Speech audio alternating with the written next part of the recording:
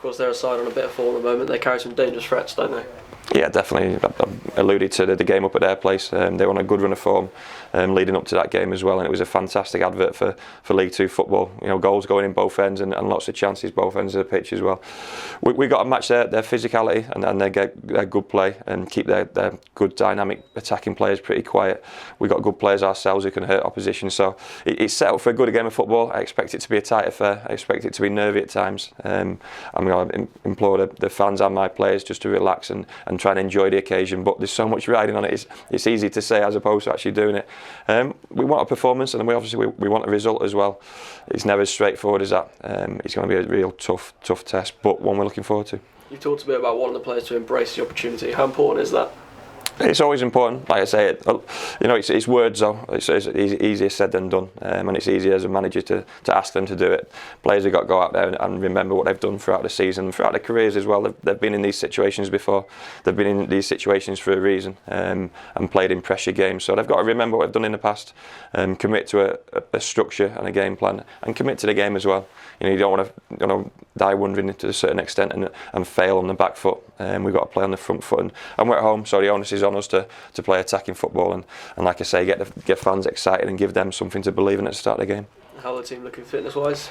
Obviously, Troy Brown's out injured this weekend, so we'll see how he is recovering wise next week off the back of the injury picked up against Crawley. Couple of tired bodies in terms of Randell and Pearce, couple of tight hamstrings. We'll see how they are next couple of days going into the weekend. Luke and Aaron Martin played another 90 minutes for the reserve, so they're fully fit and available now. So the squad's looking pretty strong. Jono's knee is still an issue. Obviously he wasn't involved in terms of the bench Friday, Monday. We're trying to get the knee right so he could be available if needed, but he's missed an awful lot of training. So like I say, we'll see the next couple of days, but hopefully to be pretty strong apart from Troy. It's the last scheduled game at St James Park this season. I suppose it'd be a big boost to have that wall of noise that you've talked about before. Yeah, definitely. But we play our part in that. You know, they're not going to make any noise if you're getting beat or if you're 1-0 down or 2-0 down in the first half. So we got to give them something to believe in straight away. Like I said time and time again, I believe in this group of players. It's about delivering a performance this weekend. They could deliver a performance and the fans will get behind them without a shadow of a doubt. And they have been fantastic all season. Like I say, we've got to take any nerves and anxiety out of the game and out of the situation. As much as I want to tell the players to go out and enjoy it, it's never that simple. But they might take their mind off the anxiety and the nerves by just playing a certain type of football, which is high intensity football and pressing at every opportunity and running. If you're out of breath, you're not thinking about too many other things. And I thought that was the staple of our performance on Monday. A real attitude to work yourself to the absolute limit, and you could see probably Lee Martin was on his knees at the end. Randall William had cramp, and there were some tired bodies, but that's what it takes to win games of football. And generally on the supporters, they've been fantastic all season. What does it feel like when week in, week out, you hear them singing your name? Yeah, brilliant. I mean, but it's not about me. I've said this time and time again.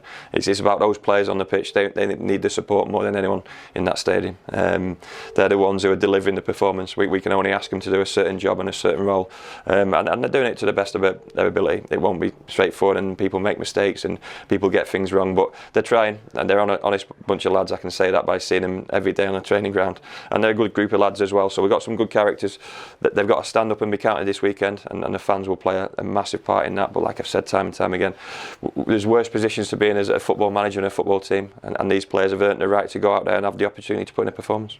Finally, 2 competition finals coming up next week with the 18s and the 23s. Must be encouraging when you're thinking of the future as well. Yeah, definitely. Obviously the Devon Bowl and then the cup final at the park. There's going to be some good players on show, certainly in the under 18s cup final. That's been really testament to the group of staff in the academy. They've done a fantastic job this season, and hopefully I'll get some of those players closer to the first team in the next couple of seasons. Young players keep on coming through. I think people have seen with Archie Collins breaking through this season. That will hopefully inspire the next generation of under 18s at this moment to go on to bigger and better things.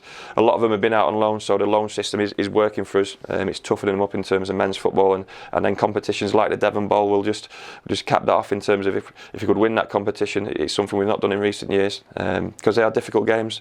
You know, pitch, opposition and circumstances are always a leveller in those competitions, and we've got a real tough game against Plymouth Parkway on Monday night, I think it is.